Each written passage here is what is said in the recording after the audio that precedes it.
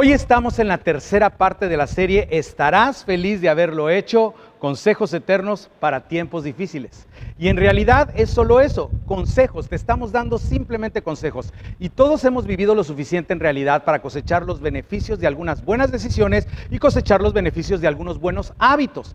Pero también todos hemos vivido lo suficiente para enfrentar las consecuencias de algunas malas decisiones y las consecuencias de algunos malos hábitos. Entonces, cuando miramos atrás, estamos felices de haberlo hecho o desearíamos haberlo hecho, pero también todos tenemos historias que terminan con estamos felices de no haberlo hecho o desearíamos no haberlo hecho.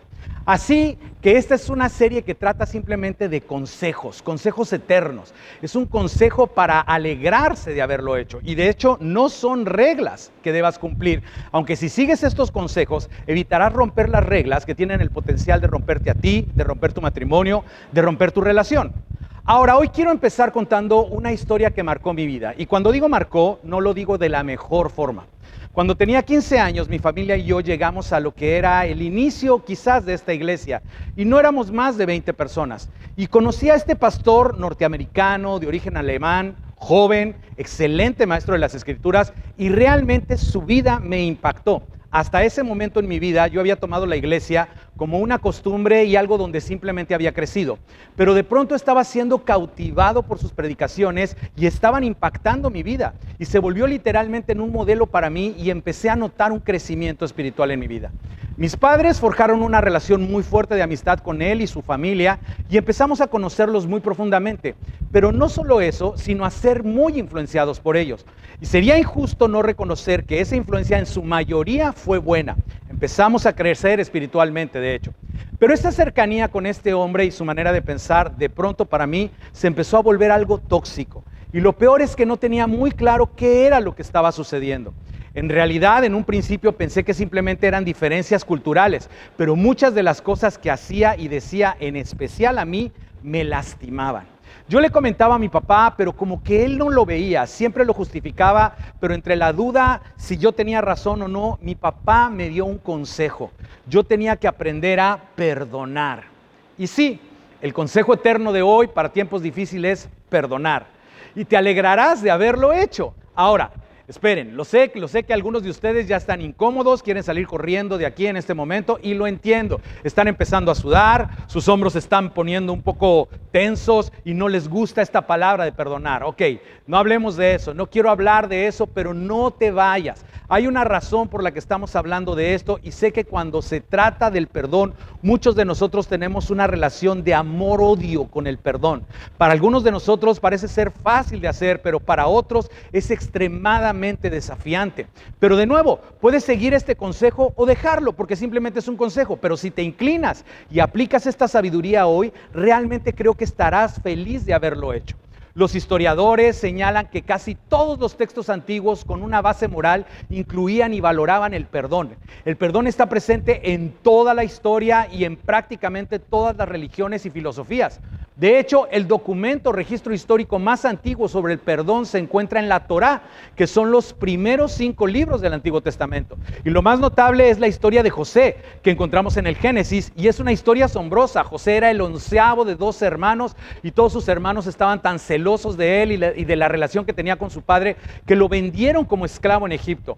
Y se lo dan por muerto a su papá, pero él se encuentra en realidad en Egipto, y mientras está esclavizado, Dios por su providencia lo eleva a una prominencia en ese país y se convierte en el segundo al mando. Y años más tarde, cuando hay una hambruna en todas las naciones en torno a él, estas personas, sus mismos hermanos que lo vendieron como esclavo, ahora tienen que presentarse ante él y sin que ellos lo sepan, es a su hermano a quien le tienen que pedir provisión para sus familias.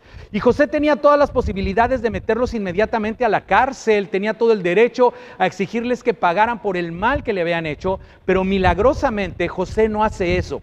Y vemos una muestra de perdón incondicional. Ahora, esto lo hemos visto desde el principio de los tiempos y solo en los últimos años la gente ha empezado a cuestionar la validez del perdón o su valor en la vida en general. De hecho, ahora muchos psicólogos, filósofos modernos y personas influyentes están empezando a difundir mensajes que dicen, ¿sabes qué? Olvida eso del perdón y abraza el odio, que ese es el camino para curarte. Pero en general, la mayoría sigue contando valor en el perdón.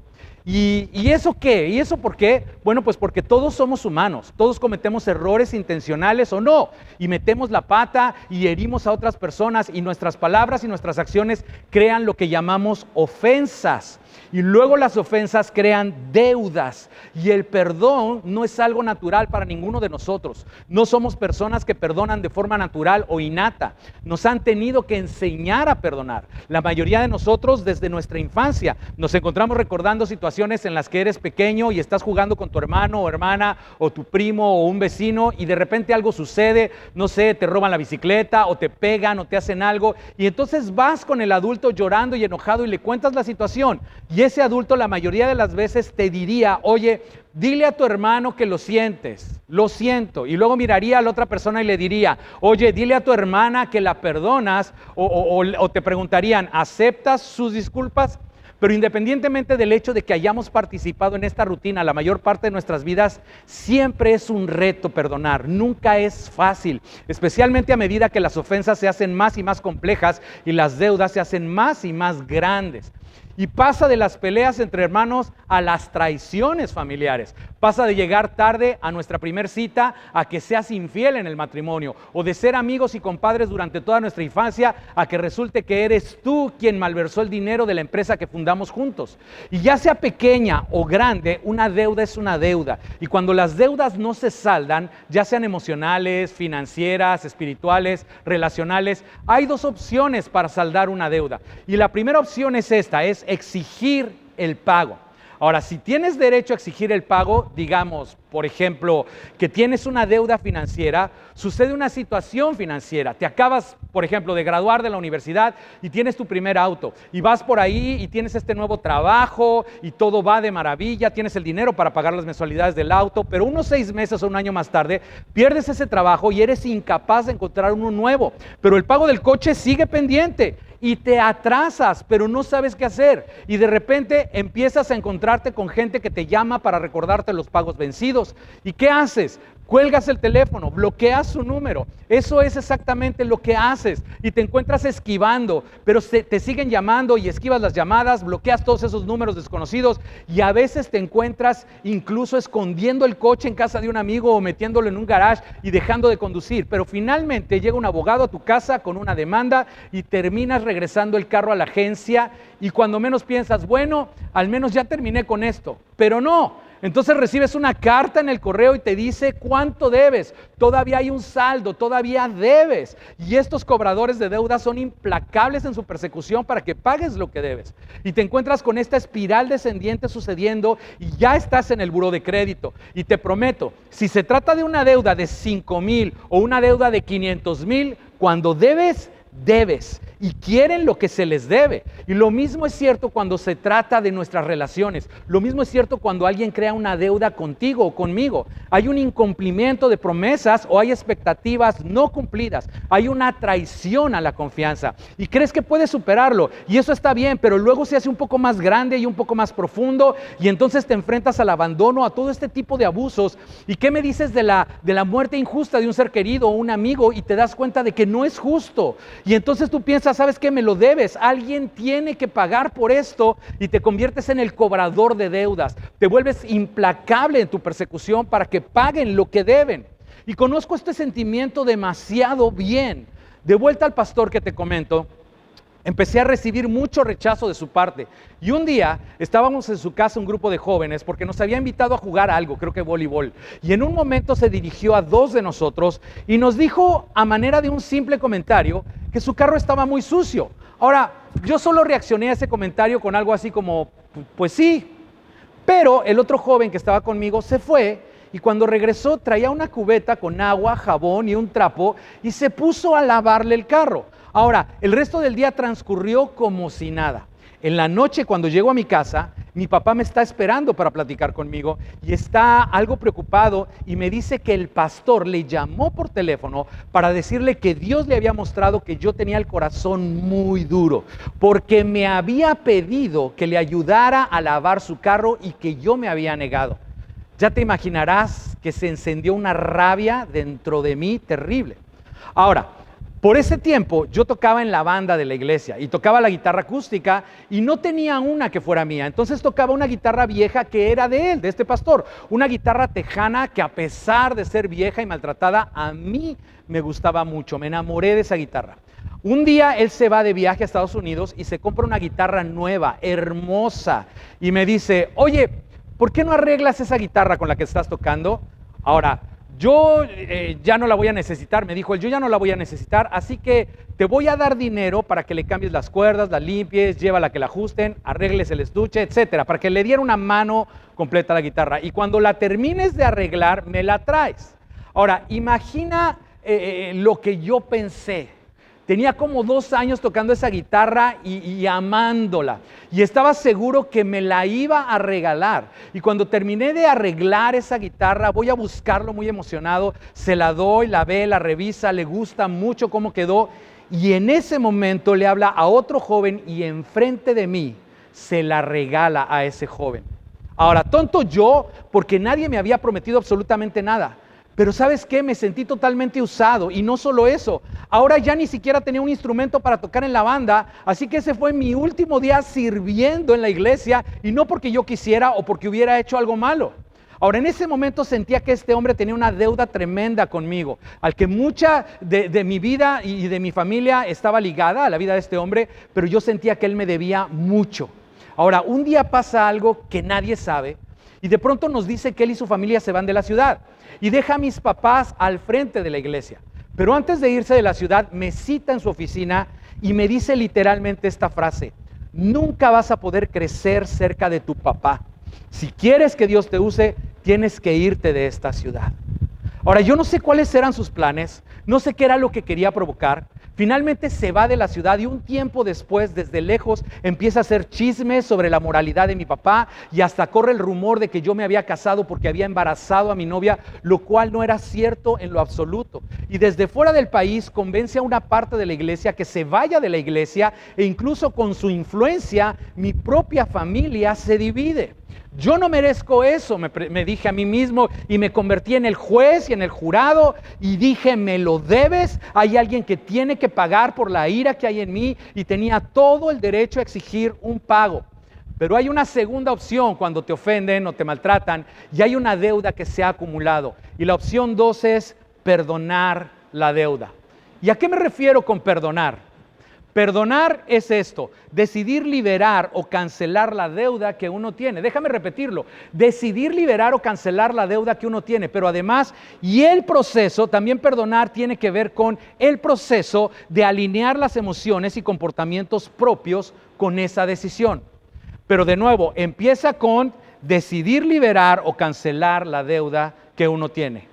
Con eso empieza, hacer una elección, elegir perdonar. Y esto significa que es opcional.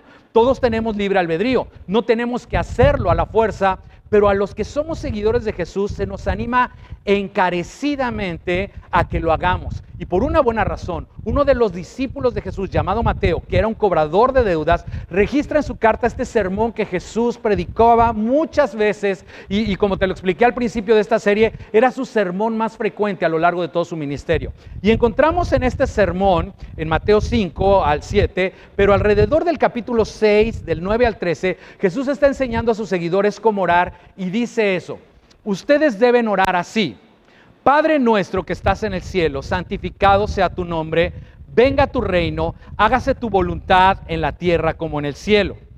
Danos hoy nuestro pan cotidiano, perdónanos nuestras deudas, así como también nosotros hemos perdonado a nuestros deudores.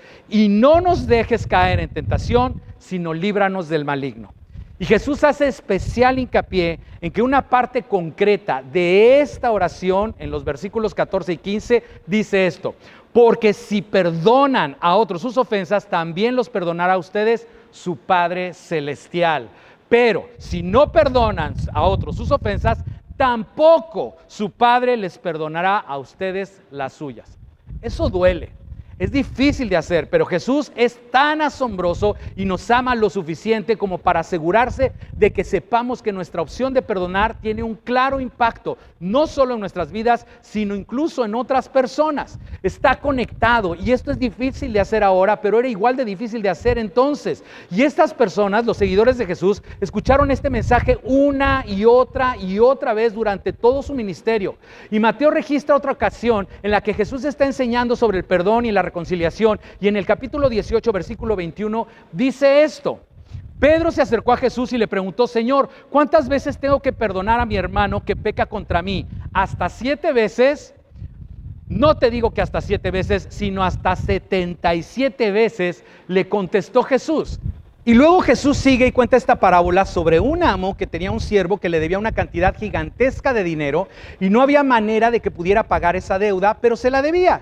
Y este sirviente le rogó y le suplicó perdón y le dijo: por favor, no me meta en la cárcel. Y este amo tuvo misericordia de este siervo y le perdonó toda la deuda. Pero luego este mismo siervo se va y encuentra a alguien que le debía una simple fracción de lo que le debía a su amo y le exige el pago a ese siervo, y este siervo hizo lo mismo, rogó, suplicó perdón y tiempo para pagarlo.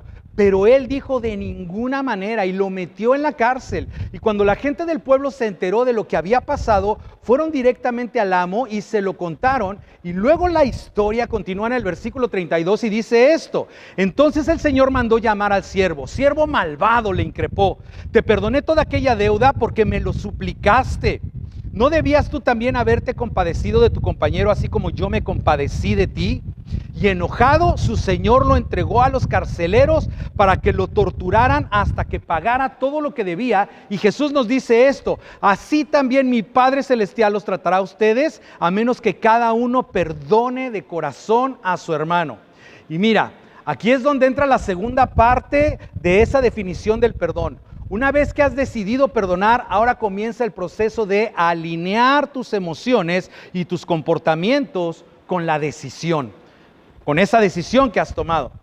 Y alinear es un verbo, es una palabra de acción. Significa colocar o arreglar para conseguir apoyar a la decisión que tomaste y no al revés. Muchos de nosotros nos sentimos como: bueno, todavía no tengo ganas, no lo siento, no he llegado al lugar donde estoy listo para perdonar. Pero Jesús nos está enseñando que primero decidimos y luego alineamos nuestras emociones y nuestros comportamientos. Y déjame ser claro, sé que muchos de nosotros estamos lidiando con muchas deudas de la gente y también heridas y dolores. Así que quiero reconocer algo. En primer lugar, perdonar no es fácil.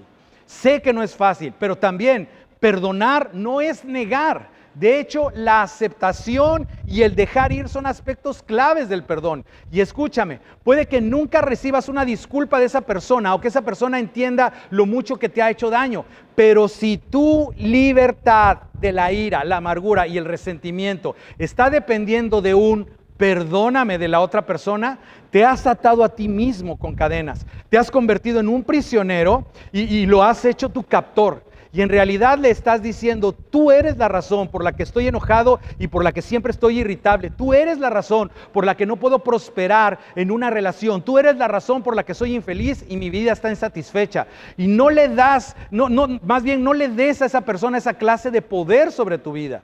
Jesús dijo: yo vine para que tengan vida y la tengan en abundancia. Y cuando se trata de situaciones como esta, eso viene a través del perdón. Así que sí, perdonar no es fácil y perdonar no es negar que haya sucedido, pero también perdonar no es algo que se hace una sola vez. Perdonar es un proceso. El doctor Martin Luther King tiene una cita y dice esto, dice: el perdón no es un acto ocasional, es una actitud constante. ¿Y saben qué? Vemos abundantes actos de perdón a lo largo de la Escritura. Y uno de mis favoritos está en el Salmo 32. Y este es el rey David. Y él dice esto, pero a mí me encanta cómo lo dice la versión en inglés de Message. Dice así, fíjate: considérate afortunado. Qué feliz debes estar. Tienes un nuevo comienzo, borrón y cuenta nueva. Considérate afortunado. Dios no tiene nada contra ti y tú no le ocultas nada. De hecho dice: cuando lo guardé todo dentro, mis huesos se convirtieron en polvo, mis palabras se convirtieron en gemidos diurnos. Y no solamente eso, la presión nunca aflojó, todos los jugos de mi vida se secaron. Entonces lo solté todo y dije, le confesaré mis fracasos a Dios. ¡Wow! Esto es impresionante. De repente, fíjate bien, la presión desapareció, mi culpa se disolvió, mi pecado desapareció. Y si esta es la libertad que obtenemos cuando nuestras deudas son perdonadas por nuestro Padre Celestial, ¿por qué no nos daría lo mismo cuando liberamos la deuda de otras personas? Y si no dicen si no te dicen que lo sienten, y si no te piden perdón, ¿de verdad tengo que perdonarles? Y la respuesta es no, no tienes que hacerlo porque no estás obligado, pero estarás feliz si lo haces. ¿Por qué? Pues porque la vida está conectada. Cada decisión que tomes ahora te impactará ahora y el resto de tu vida, y no solo a ti, sino a los que están conectados contigo. Mi decisión de perdonar a ese pastor no fue solo por mí, porque como seguidor de Jesús sabía que todo lo que hago en mi vida es un ejemplo, y estoy dando el ejemplo de lo que quiero que mis hijos hagan, y me di cuenta de que si yo cargaba con odio, amargura y rabia, ¿cómo aprenderían mis hijos a no cargar con la misma ira, amargura y resentimiento? No ha sido fácil para ellos mismos han tenido que pasar sus propios procesos con otras personas, pero gracias a Dios que yo he podido estar en cada uno de esos procesos y enseñarles que sí se puede hacer. Siendo un pastor el que me lastimó tanto, ¿no hubiera sido lo obvio que yo me alejara de la iglesia y quizás hasta que renegara de Dios? Pero el perdón me mantuvo en la dirección que era la voluntad de Dios para mi vida. Y te prometo que no llegué allí rápido. A veces tengo que recordar, sobre todo cuando veo a alguna persona que formaron parte de esa pequeña iglesia a la que llegamos y que se fueron por la influencia de este pastor, pero me freno y puedo disfrutar del fruto de una decisión correcta. Perdonar para poder demostrar a mis hijos cómo navegar por la vida cuando la gente te ofende profundamente. Así que si estás escuchando este mensaje y estás sentado en esa sala y piensas, ok, lo entiendo, voy a tomar la decisión de perdonar, bien. Pero ¿qué debes hacer? ¿O cómo empiezas a hacerlo? ¿Por dónde empiezas? Bueno, lo primero que quiero que pongas a hacer es esto. Ora por ellos. Sí, ora por ellos. La Biblia dice repetidamente que ores por tus enemigos. No solo dice que ores por ellos, sino también dice bendícelos. Sí, bendice literalmente. En Romanos 12:14 dice, bendigan a los que los persiguen, bendígalos y no los maldigan. Y la palabra bendecir significa literalmente hablar bien de ellos. ¿Sabes lo difícil que era para mí cuando las cosas estaban sucediendo o eran muy recientes? Pero decidí que no necesitaba verlo para perdonarlo, que no me hacía falta que él reconociera sus errores o tenerlo enfrente para decirle todo lo que me había hecho. Pero la historia dio un giro. 20 años después de todo esto, estoy aquí en la iglesia, en las oficinas, entre semana. Yo ya era el pastor de esta iglesia y tocan el timbre y me avisan, ¿sabes qué? Hay alguien que quiere verte. Y me extrañó porque yo no tenía ninguna cita programada. Entonces salgo de mi oficina y me encuentro ahí, parado frente a mí, a este hombre, 20 años más viejo, y me dice, quise pasar a saludarte y a pedirte perdón. Y he visto desde lejos lo que Dios ha hecho contigo y cómo me gustaría haber estado cerca. Pero lo que él no sabía es que hacía años que yo lo había perdonado. Y por increíble que parezca, me dio tanto gusto verlo que lo abracé y lo único que pude recordar en ese momento fueron sus enseñanzas que sí me edificaron y todo el crecimiento espiritual que tuve antes de que se le botara la canica. Así que cuanto antes lo hagas, mejor. Así que sí, dice, ora por ellos, dice que los bendigas, pero también dice, haz el bien por ellos. Y dice en esta escritura, fíjate bien, no paguen a nadie mal por mal, eso lo vimos hace poco. Procuren hacer lo bueno delante de todos. Si es posible y en cuanto dependa de ustedes, vivan en paz con todos. No tomen venganza, hermanos míos, sino dejen el castigo en las manos de Dios, porque está escrito, mía es la venganza, yo pagaré, dice el Señor. Antes bien, si tu enemigo tiene hambre, dale de comer, si tiene sed, dale de beber. Actuando así, harás que se avergüence de su conducta. Y me encanta esa parte. ¿Alguna vez has estado en una situación en la que sabías que te estabas escondiendo porque habías hecho algo malo? Pero esa persona, en lugar de estar enojada contigo, es súper amable y tú no entiendes. Y entonces empiezas a pensar, tengo que dejar pasar esto, tengo que hacer esto bien. Y te hace afrontar lo que está pasando. Y me encanta que haya puesto eso. Y luego termina diciendo esto: no te dejes vencer por el mal, al contrario, vence el mal con el bien. Así que esta es la decisión a la que nos enfrentamos hoy: perdonar. Y sé que no es fácil, sé que es un reto, y sé que estas deudas y estas heridas son profundas también. Pero si sigues el ejemplo de Jesús y reconoces que es para tu beneficio elegir perdonar y luego alinear tus acciones, tus comportamientos y tus emociones, eso te liberará. Te lo prometo. Podría haber ido a las redes sociales y criticar a este hombre y quemarlo, y podría hacerlo incluso hoy en día. Y sé cómo llegar a él si quiero. Tenemos esa capacidad.